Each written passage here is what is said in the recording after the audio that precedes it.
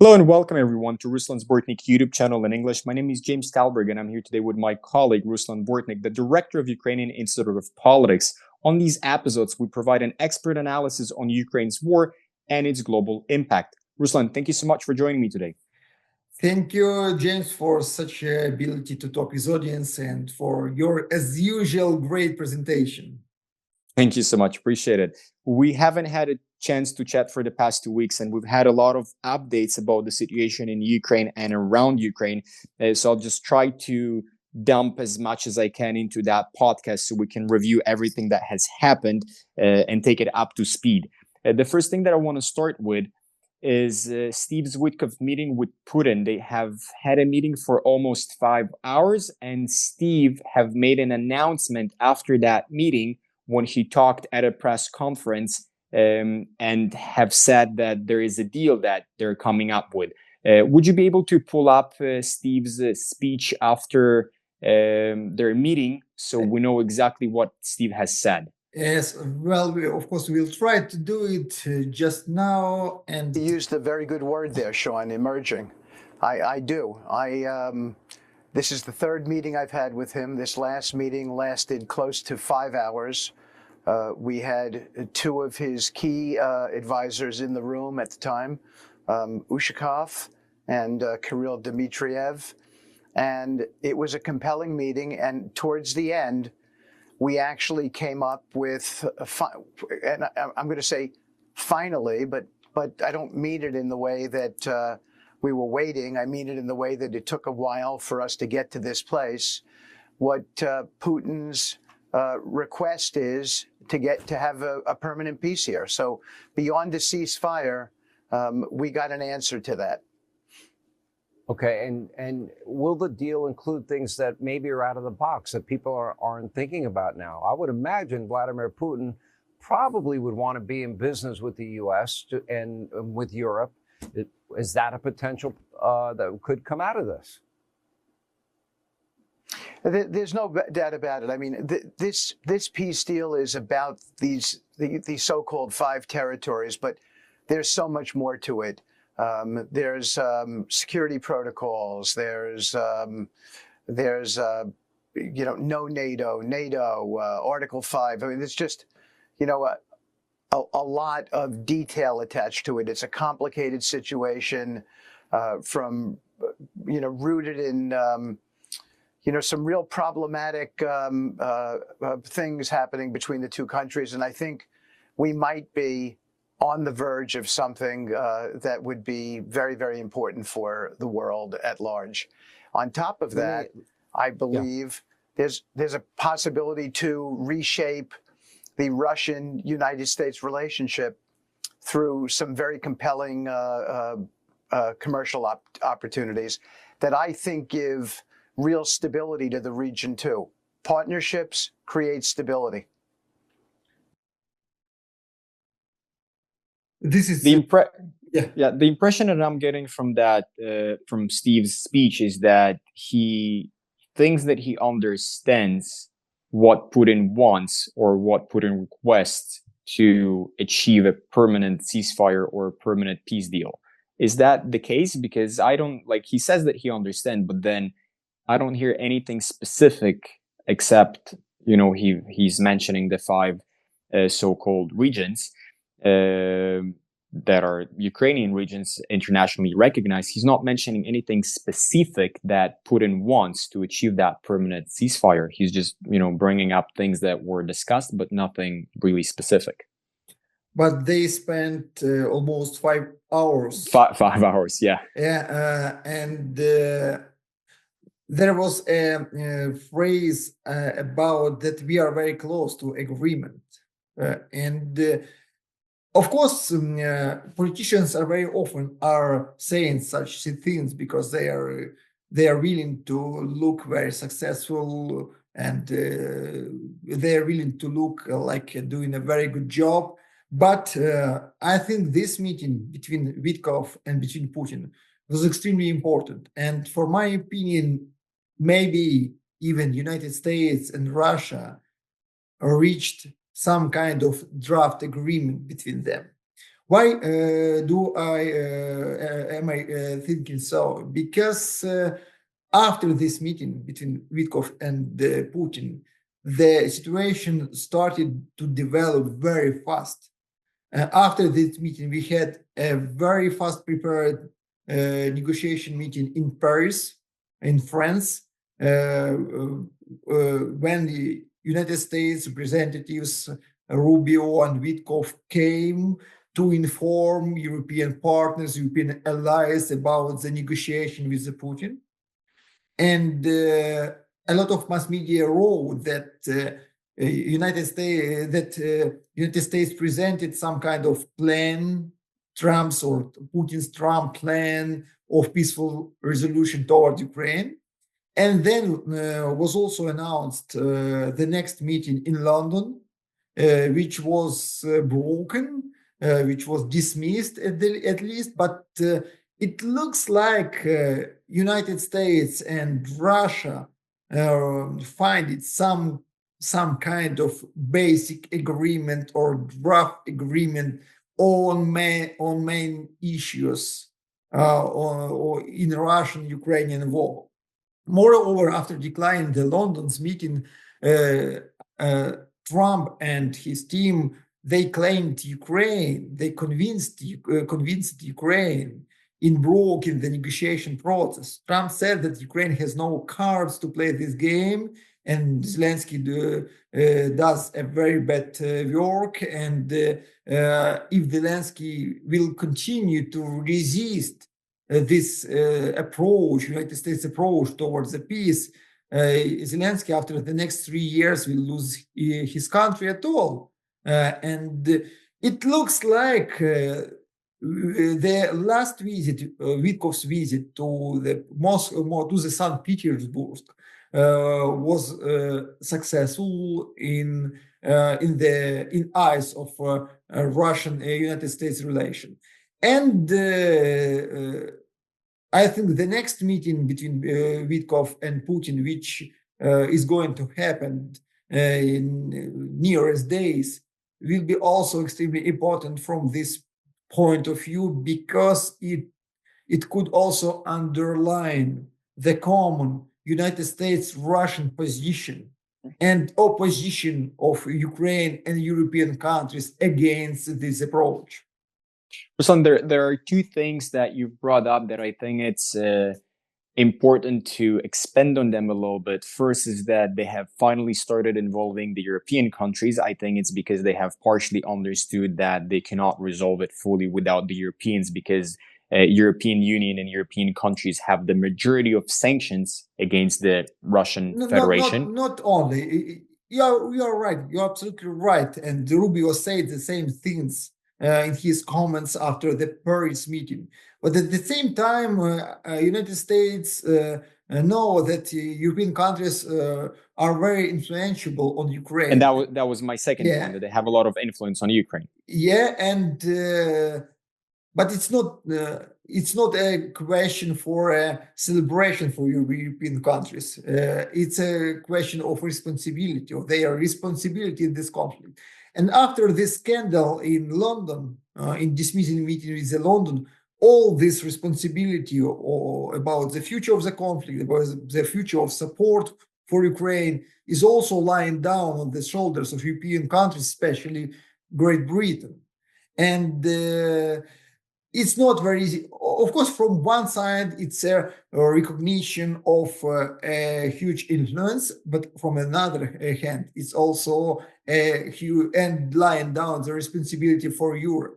And for me, it looks like now that United States and Trump personally on the crossroad about the strategy in this conflict, in this negotiation process, to make a push on Ukraine and the European bigger, to push them as much as the United States can now, or just to leave this story, or just to leave this conflict, and to say, you are not ready to the peace, Europe is not ready, Ukraine is not ready, Russia is not ready. So we are getting out of this, and we will be waiting when you will be ready. you will come to us again, but in the much worse situation like it is now for nowadays. And the next meeting between the Witkoff and Putin maybe will be very resolutionable for the achieving, for the taking one or other strategy, United States strategy to this conflict. And the second part that I think it's also worth expanding on is that a lot of people are confused right now, or at least they're missing on the situation why the United States of America is so aggressively trying to rebuild their relationship with the Russian Federation. And I think, and you correct me if I'm wrong, the reason being is that Russia is far more important than Ukraine right now for the United States in terms of the global perspective. They don't want Russia to continue uniting with China because they have started a trade war with China, and basically the whole tariff situation that Trump and Trump's administration enforced on all the countries in the world are coming down to the fact that they just want to fight economically China, and they're offering other nations, hey, we're going to lift some tariffs, we're going to negotiate with you if you are going to be with us against China in terms of that economical trade war. And therefore, Russia is way more important for the United States than Ukraine in this global economical change and future conflicts.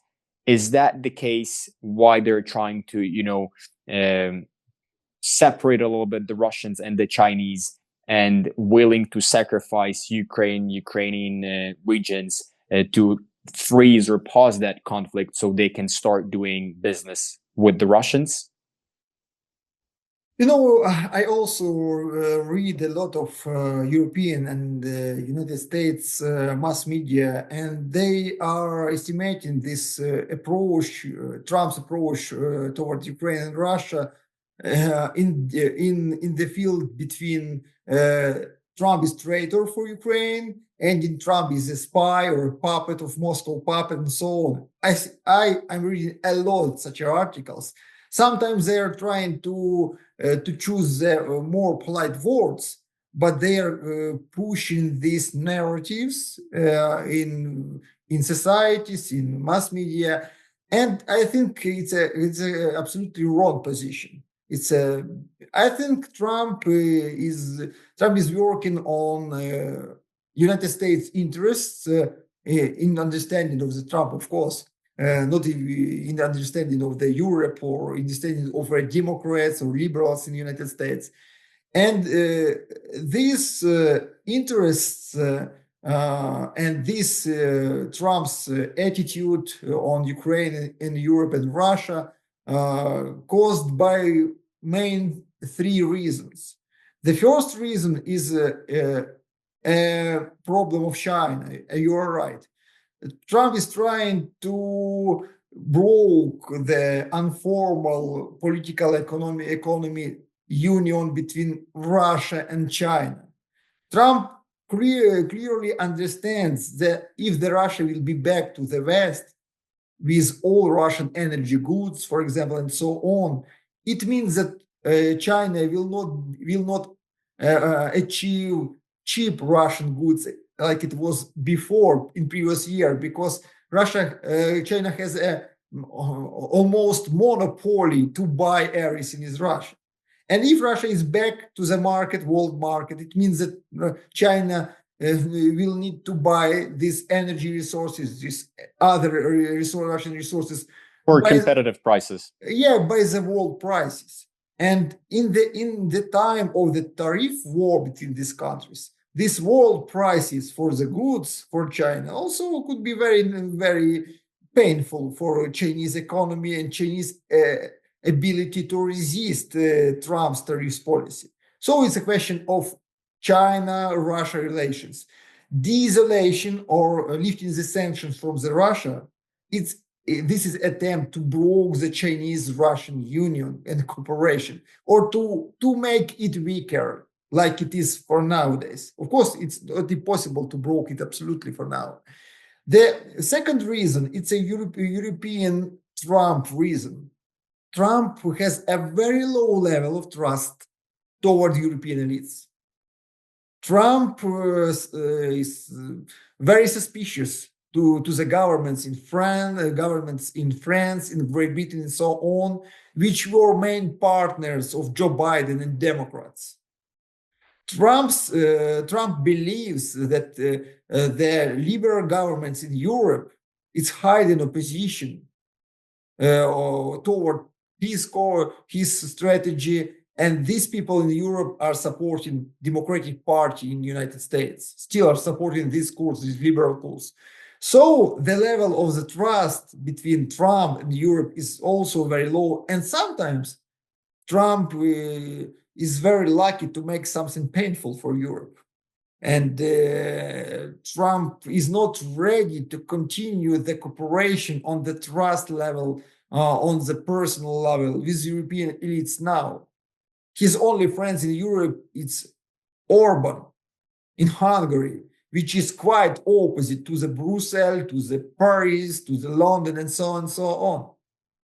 And the third reason, it's relations between the Trump and Zelensky. Both leaders are very ambitious leaders. They had a lot of public and hidden conflicts. And this competition of the ambitions in situation when the Trump believes that Ukraine is fully dependent on United States, it's also a problem it's also a reason of crisis. It's also a reason of shaping such a attitude toward this conflict.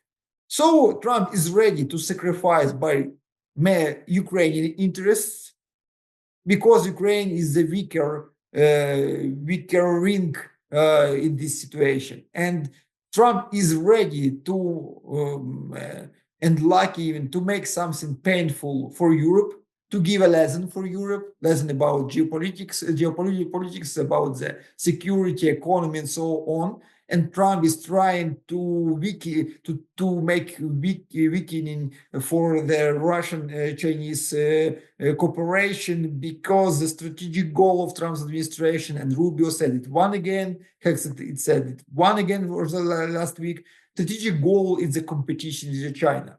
Russia is not competitor for United States. But it's an important player. Russia, it's some kind of problem, but Russia is not able to compete United States in economy, in technology, in everything except of nuclear weapon, in everything for the next 10 years, even maybe more. But China can, and Trump will try to resolve the problem of China, even by some concessions towards Russia. Like the same another time made Kissinger. You remember Kissinger broke the unity between Soviet Union and China. Now we have, because Soviet Union was stronger, bigger than very, very poor China at that moment. Now we have another situation. We have strong China, bigger, richer, and we much weaker Russia. So it's very ordinary for the United States to play a good game, to play a friend game with a weaker member of enemy union.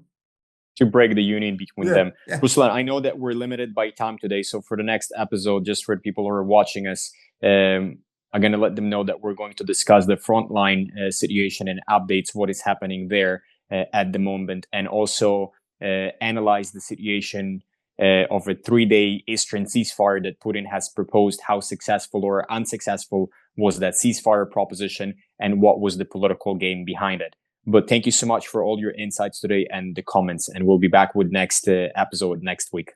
Thank you too, James. And friends, if you like what we do, what we discuss, please don't forget to subscribe for our channel, and don't forget to make your comments, put your like for our video. Thank you for watching, and we'll try to continue our rational and pragmatic evaluation of the situation in Ukraine and around Ukraine. Thank you very much.